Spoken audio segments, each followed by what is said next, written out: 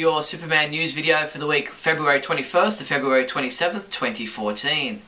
Our top stories in this week's Speeding Bulletin include a possible casting breakdown for another character in the Superman-Batman movie, Kevin Spacey and Michael Rosenbaum give their thoughts on Jesse Eisenberg, and find out what price the cover artwork for Action Comics number 15 fetched at auction.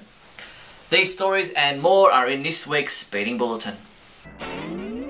In movie news, Kevin Spacey, who played Lex Luthor in the movie Superman Returns, was asked by Empire magazine for his thoughts on Jesse Eisenberg being cast in the same role for the upcoming Superman-Batman movie. He said, "I think he's a remarkable actor, he's just going to effing own it. I think it's a great idea and I wish him the best with it." LatinoReview.com claims that a casting breakdown issued for Superman-Batman sheds some light on the possible inclusion of another superhero to the story. According to sources, the production is currently looking for a black actor in his early 20s who is also physically fit. The part is for a small role in the upcoming movie, but will be a recurring role in other upcoming DCU films. With Henry Cavill having previously mentioned wanting to see Cyborg in an upcoming movie, could this casting breakdown be for the role of Victor Stone? Only time will tell. Costume illustrator Keith Christensen spoke with comicbookmovie.com about his work, sharing a number of concept designs from films he's worked on, including Man of Steel.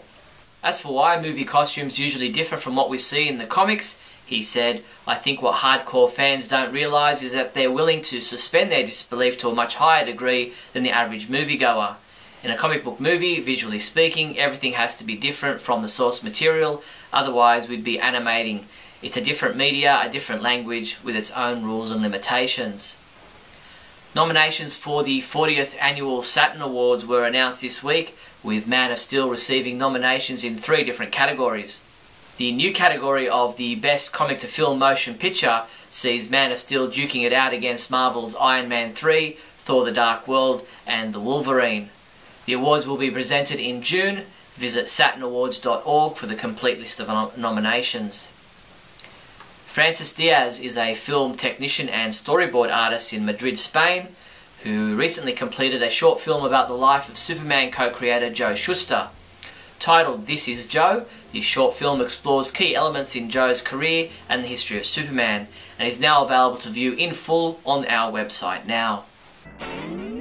Yes, we have some TV news this week, with Warner Home Video having issued an official press release announcing the DVD release of Seasons 2 and 3 of the New Adventures of Superman cartoons. The New Adventures of Superman Seasons 2 and 3 is a thrilling set for DC Comics fans, said Mary Helen Thomas, Warner Brothers Home Entertainment Vice President. She also said, "We are proud to add this set to our extensive legacy of classic content featuring the Man of Steel and his epic challenges to maintain peace on Earth." You can pre-order this DVD collection from our online store now.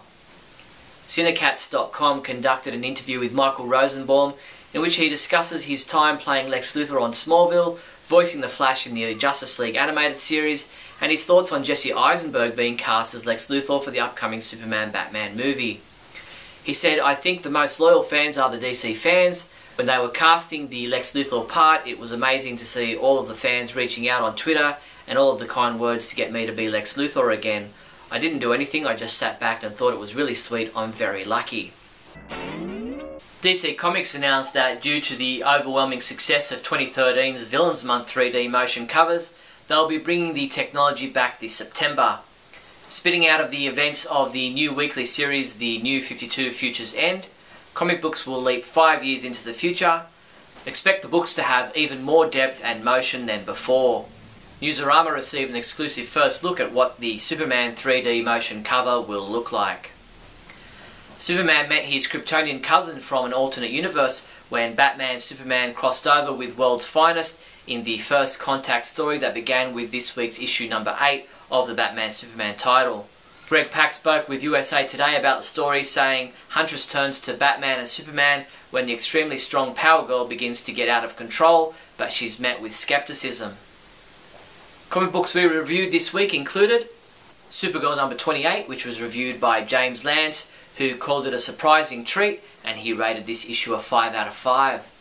Michael J. Petty reviewed Justice League number 28, giving it a 5 out of 5.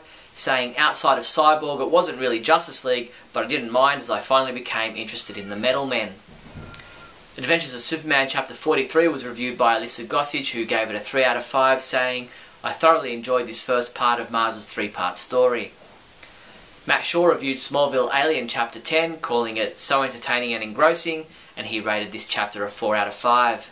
And Injustice Year 2 Chapter 3 was reviewed by T.A. Hewitt, who gave it a 2 out of 5, saying, "Most of the players in Injustice just seem to be out of their blessed minds altogether."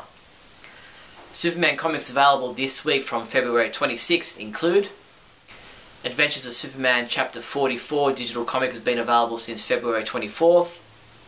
Injustice Year 2 Chapter 4 digital comic has been available since February 25th.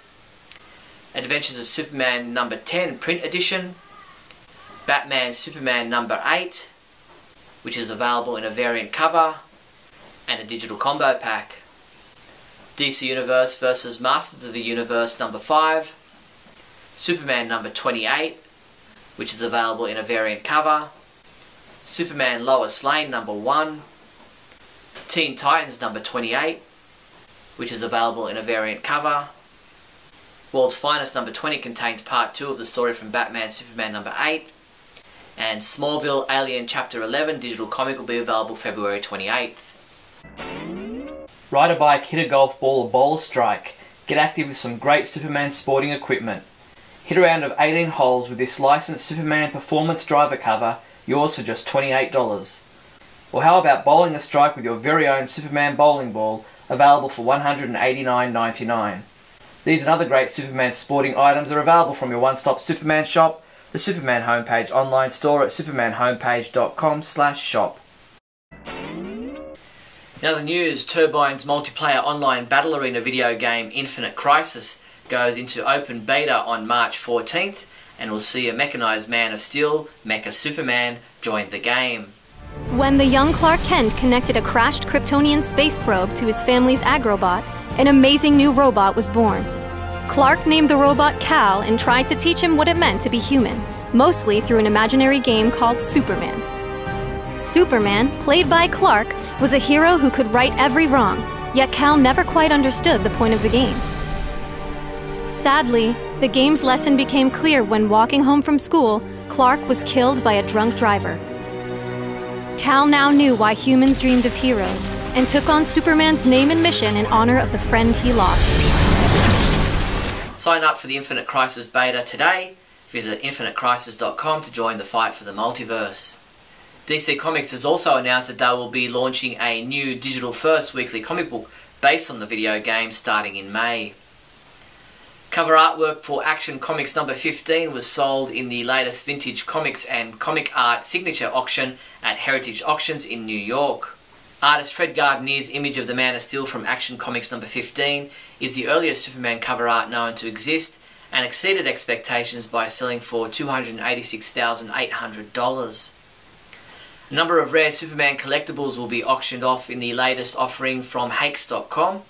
A Joe Shuster framed Superman specialty art, signed by both Jerry Siegel and Joe Shuster, is expected to sell for over $10,000, while other items on offer include a Superman Secret Chamber ring from 1941, a variety of Superman comic books from the 1940s, and much more. Visit Hakes.com for the complete list. Episode 110 of Radio KAL, the monthly podcast of the Superman homepage, is now available to listen to. In this month's podcast, Scotty and I discuss Jesse Eisenberg being cast as Lex Luthor, Gal Gadot building muscle, JLA Adventures Trapped in Time, Superman the Animated Series Limited Edition 4CD set, the new adventures of Superman Seasons 2 and 3 on DVD, Superman Doom Saga, Jeff Johns and John Romita Jr. as a new creative team on Superman, and all the latest Superman comic books. Check it out at supermanhomepage.com/radio. That's all the Superman news there was for the week February 21st to February 27th. Please subscribe to our YouTube channel. I'm Steve Younis from supermanhomepage.com. Great Scott. Great Scott. Great Scott.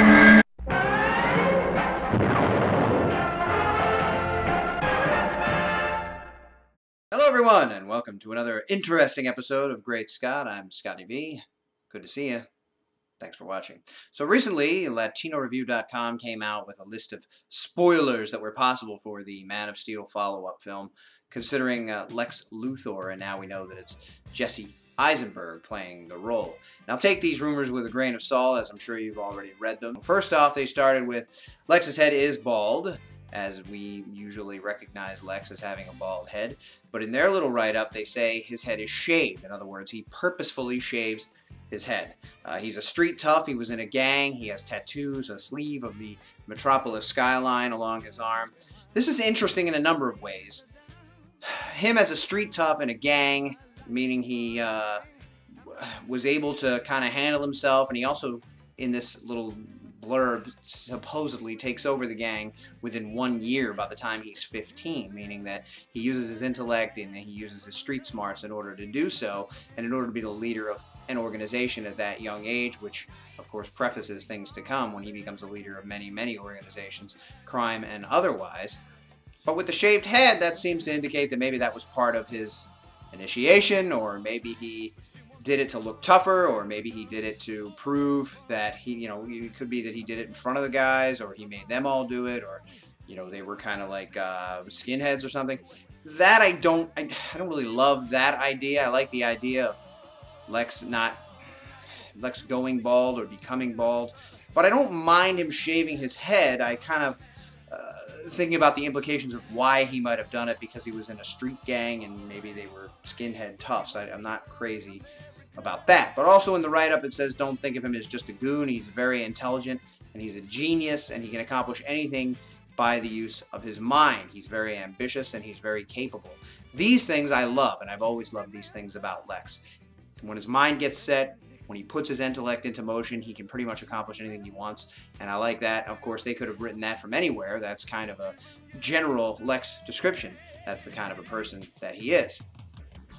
But he's also a self-made millionaire, billionaire, business owner, which is different than the last few Lexes we have seen, where he's either stolen it from, like Gene Hackman in the original Superman movies. It was never really explained where he got his wealth from. He was just this guy living under the city. And then the continuation of that with Kevin Spacey, he was robbing some old lady of her money. This isn't really the Lex that I like. I like a Lex who's capable and is able to get things done in order to, like a Donald Trump has gone bankrupt many, many times. Walt Disney bankrupt many, many times, but still made themselves millionaires by doing the things that needed to get done and using their ideas and using their mind, their imagination, in order to accomplish things that needed to be accomplished. Bruce and Lex are not friends in this movie, according to this little write-up, which is good, but Bruce goes to see Lex because he's interested in helping. I don't know that he's interested in helping, but he's interested in the tragic circumstances that happened in the city, according to this article. And from Bruce's point of view, some things need to be done, and maybe some philanthropic work. Kind of a normal thing for Bruce Wayne to want to use his money to help others, and that could be something that he's doing there. While on the other side of the coin, Lex is looking to see how many businesses he can start, how many people he can employ, and what kind of profit he can gain from this. At least that's what this says in the write-up. I understand this in one way, because that's Lex's ultimate goal in the end, almost any time you look at Lex. But I think he also has always cared about Metropolis from the point of he wants to run it. He wants to be the guy who has control of everything. He wants the power, but he also thinks of it as his city. He was there. He kind of made it. He's responsible for a lot of the jobs in the city, a lot of the buildings, a lot of the projects, a lot of the things that go on, depending on the version, a lot of the scientific discoveries, and a lot of the information comes and goes through Lex. So I think he looks at it as kind of like his project and his thing, but at the same time he's ruling it in a ruthless sort of way in a lot of versions. I like that this Lex seems to be different from the one from Smallville in that he's not a trust fund baby, which is the way they say he views Bruce, because Bruce inherited his money and didn't have to do anything to get it. His parents died and he became rich. That's kind of the way it was in Smallville.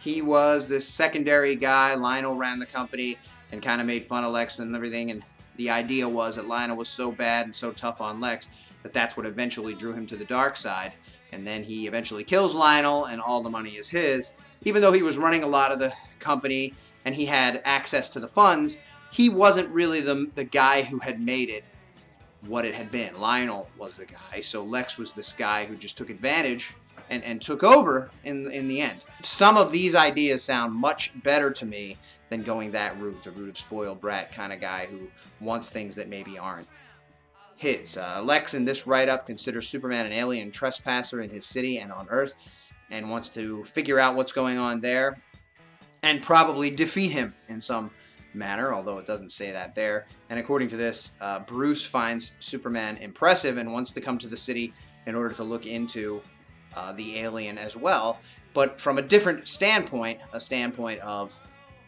that he is an impressive kind of hero, I guess. It doesn't say anything about Bruce knowing him as a hero or thinking of him as a hero, but thought he was an impressive specimen. That was the quote. I like a lot of these ideas. Many of them do sound like stretches as far as the shaved head and the tattoos, a street tough in a gang.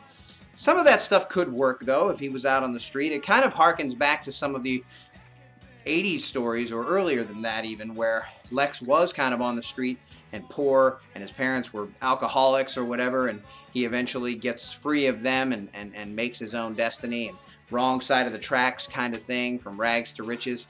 It reminds me of Jimmy's speech in the first episode of Lois and Clark, where he's talking about they're gonna see Lex for the first. Oh, there he is. They're in that little thing where he's going to give the speech to the UN about the space station Prometheus, and Jimmy's all excited about seeing this rich guy who was a kid like him once and somehow made his destiny and made himself a billionaire. Hearing about this story of Lex Luthor from the wrong side of the tracks, who was able to build his own destiny, can be inspiring to a young kid, which can also be a problem because, as we all know, Lex is nefarious and evil. But according to Snyder, he's going to have a depth to him that we haven't seen before, and that's the reason he cast Jesse Eisenberg, because he can really show us a deep Lex Luthor, a Lex Luthor with a backstory, which I hope we get to see. And some of what LatinoReview.com wrote could come into play, I suppose, but I'm not really sure how these rumors would have gotten out, and probably none of them are going to be exactly true, but they are kind of leaps that you could make or ideas that you could have and write up on your own. And of course, people talking about them and posting them on their own websites gives Latino Review and other sites like that more publicity and more press, which is, of course, what they want. But I do like some of these ideas, so good job, guys. Thanks, everybody, for watching, and remember, always look up in the sky.